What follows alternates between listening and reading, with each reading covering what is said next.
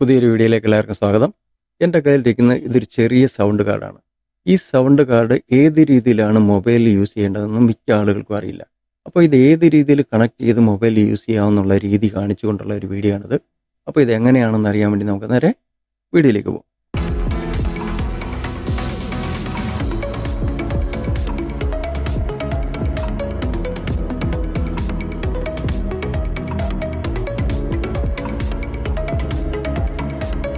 ആദ്യം തന്നെ നമ്മൾ ഈ സൗണ്ട് കാർഡ് ഏത് മൊബൈലുമായിട്ടാണോ കണക്ട് ചെയ്യേണ്ടത് ആ മൊബൈലിൻ്റെ സെറ്റിങ്സിൽ പോയിട്ട് അതിൽ OTG എന്ന് ടൈപ്പ് ചെയ്യുക.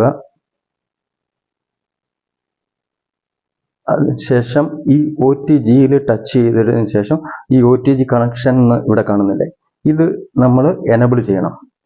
ഇത് എനബിൾ ചെയ്തതിന് ശേഷം വേണം നമ്മൾ ഇതിൽ ബാക്കിയുള്ള കാര്യങ്ങൾ ചെയ്യാൻ. ഈ സൗണ്ട് കാർഡിൽ അതിനുശേഷം എന്താ ചെയ്യേണ്ടത്, ഈ സൗണ്ട് കാർഡ് നമ്മൾ ഇതാ ഈ ഒരു OTG കേബിൾ ഇതിൽ കണക്ട് ചെയ്യണം ഇതേമാതിരി. അതിനുശേഷമാണ് നമ്മൾ നമ്മുടെ കയ്യിലുള്ള കണ്ടൻസർ മൈക്ക്, ഈ കണ്ടൻസർ മൈക്കിൽ നമ്മുടെ കയ്യിലുള്ള ഈ കണ്ടൻസർ മൈക്കിൽ XLR കേബിൾ കണക്ട് ചെയ്യണം. ഇതേമാതിരി കണക്ട് ചെയ്തതിന് ശേഷം അതിൻ്റെ മറ്റേ അറ്റം, അതായത് മറ്റേ അറ്റത്തെ ഈ 3.5 mm പിന്ന് കണക്ട് ചെയ്യേണ്ടത് എവിടെയാണെന്ന് ഞാൻ കാണിച്ചു തരാം. അത് കണക്ട് ചെയ്യേണ്ടത് ഇവിടെയായിട്ട് നിങ്ങൾക്ക് ഈ സൗണ്ട് കാർഡിൽ നിങ്ങൾക്ക് ഇവിടെയായിട്ട് മൈക്കിൻ്റെ ഐക്കോൺ കാണിക്കുന്നില്ല, ഇവിടെ മൈക്കിൻ്റെ ഐക്കോൺ കാണുന്നുണ്ട്. ഈ മൈക്കിൻ്റെ ഐക്കോൺ കാണുന്ന ഇവിടെയായിട്ട് നമുക്ക് ഇത് കണക്ട് ചെയ്യണം. ഇങ്ങനെ ഇതേമാതിരി ഈ കണ്ടൻസർ മൈക്കിൻ്റെ, അതായത് ഈ കണ്ടൻസർ മൈക്കിൻ്റെ മറ്റേ അറ്റമാണ് ഇവിടെ കണക്ട് ചെയ്യേണ്ടത്. ഓക്കെ, അതിനുശേഷമാണ് നമ്മൾ ഇത് മൊബൈലിൽ ഈ C ടൈപ്പ്, ഇത് നമ്മുടെ ഈ ചാർജിങ് പോർട്ട് ചാർജ് ചെയ്യുന്ന ഇതേ മൊബൈലിൻ്റെ ഈ ചാർജ് ചെയ്യുന്ന ഇതേ സ്ഥലത്ത് നമ്മളിത് കണക്ട് ചെയ്യണം. ഇതേമാതിരി ഇങ്ങനെ കണക്ട് ചെയ്തതിന് ശേഷമാണ് നമുക്ക് ബാക്കിയുള്ള കാര്യങ്ങൾ ചെയ്യേണ്ടത്. അതിന് മുന്നായിട്ടൊരു കാര്യം പറയാനുള്ളത്, നമ്മുടെ ഈ സൗണ്ട് കാർഡുമായിട്ട് ചെറിയ വ്യത്യാസങ്ങളാണുള്ളത്. അതായത് ഇതും റെക്കോർഡ് ചെയ്യാനായിട്ട് ഉപയോഗിക്കുന്നതാണ്, ഇതും അതിനുവേണ്ടി സഹായം ചെയ്യുന്ന ഒരു ഇതാണ്. അതുപോലെ തന്നെ ഇതും അതുപോലെ തന്നെ ഉള്ളതാണ്. ഇതിലുള്ള വ്യത്യാസം എന്ന് വെച്ച് കഴിഞ്ഞാൽ ഇതിൽ സൗണ്ട് കൂട്ടാനും അതുപോലെ തന്നെ ഈ എക്കോയൊക്കെ കൂട്ടാനും കുറയ്ക്കാനും അതുപോലെ തന്നെ പല കൺട്രോള് ഇതിൽ തന്നെ കൺട്രോൾ ചെയ്യാനും സാധിക്കും. പല കൺട്രോൾ ഇതിൽ ബാലൻസ് ചെയ്യാനായിട്ട് സാധിക്കും, പല കാര്യങ്ങൾ ചെയ്യാനായിട്ട് സാധിക്കും ഇതിൽ.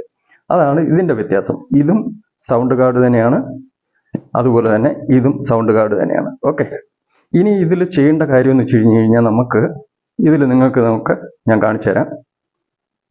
ഈ റെക്കോർഡർ എടുക്കുക. ഇത് എടുത്തതിന് ശേഷം നിങ്ങൾ ഈ കണ്ടൻസർ മൈക്കിൽ ഇത് സ്റ്റാർട്ട് ചെയ്തതിന് ശേഷം നിങ്ങൾ ഇതിൽ എന്ത് പറയുന്നുണ്ടോ അതെല്ലാം നിങ്ങൾക്ക് ഇവിടെ നോക്കിയാലായിട്ട് കാണാൻ സാധിക്കുന്നുണ്ട്. ഇതിൽ നോക്ക്, ഞാൻ എന്ത് പറയുന്നുണ്ടോ ആ സമയമെല്ലാം ഇവിടെ റെക്കോർഡിങ് ആവുന്നില്ല. ഇതിങ്ങനെ ഞാൻ കുറച്ച് നേരം ഒന്ന് ഇത് സ്റ്റോപ്പ് ചെയ്ത് കഴിഞ്ഞ് കഴിഞ്ഞാൽ അവിടെ റെക്കോർഡിങ് ഉണ്ടാവത്തില്ല, ഇതേമാതിരി ഇത് ഉണ്ടാവില്ല, ഇതേമാതിരി ഇത് കാണാൻ സാധിക്കത്തില്ല. ഒന്ന് സ്റ്റോപ്പ് ചെയ്യാൻ ഞാൻ ഇപ്പം നിങ്ങൾക്ക് ഇവിടെ പ്ലെയിൻ ആയിട്ട് പോയത് കണ്ടില്ലേ, അത് ഞാൻ ഇവിടെ സംസാരം നിർത്തിയത് കൊണ്ടാണ്. അപ്പോൾ ഇതേമാതിരി നമുക്ക് ഈസി ആയിട്ട് ഈ സൗണ്ട് കാർഡ് വെച്ച്, ഈ ചെറിയ സൗണ്ട് കാർഡ് വെച്ചിട്ട് നമുക്ക് ഈസി ആയിട്ട് റെക്കോർഡിങ് ചെയ്യാനായിട്ട് സാധിക്കും. ഈസി ആയിട്ട് നമ്മൾ സിമ്പിളായിട്ട് തന്നെ റെക്കോർഡിങ് ചെയ്ത് നമുക്കത് വേണ്ട രീതിയിൽ ഉപയോഗിക്കാനായിട്ട് സാധിക്കും. അപ്പം ഞാൻ ഇതങ്ങ് സ്റ്റോപ്പ് ചെയ്യുകയാണ്.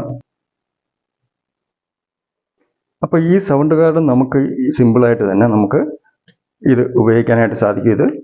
ഇത് നമുക്ക് സാധാരണ വലിയ സൗണ്ട് കാർഡ്, മറ്റേതൊക്കെ വലിയ സൗണ്ട് കാർഡ് ആണെന്നേ ഉള്ളൂ.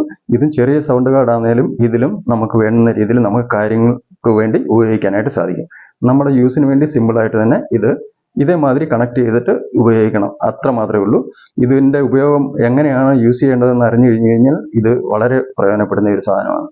ഓക്കെ, നിങ്ങൾക്ക് ഇത് ആവശ്യം തോന്നുന്നവരുണ്ടെന്നുണ്ടെങ്കിൽ നിങ്ങൾക്ക് ഇത് ഫ്ലിപ്കാർട്ടിൽ അവൈലബിൾ ആണ്. അപ്പം നിങ്ങൾക്ക് ആവശ്യം തോന്നുന്നവർ ഫ്ലിപ്കാർട്ടിൽ പോയിട്ട് നിങ്ങൾക്ക് ഇത് ചെക്കൗട്ട് ചെയ്യാവുന്നതാണ്. ഓക്കെ, അപ്പോൾ ഈ വീഡിയോ പലർക്കും ഉപകാരപ്പെടുന്ന ഒരു വീഡിയോ ആണ്. അപ്പം വീഡിയോ ഇഷ്ടപ്പെട്ട് കഴിഞ്ഞാൽ വീഡിയോ ലൈക്ക് ചെയ്യുന്നതോടൊപ്പം തന്നെ ഫ്രണ്ട്സിനും വീഡിയോ ഷെയർ ചെയ്ത് കൊടുക്കുക.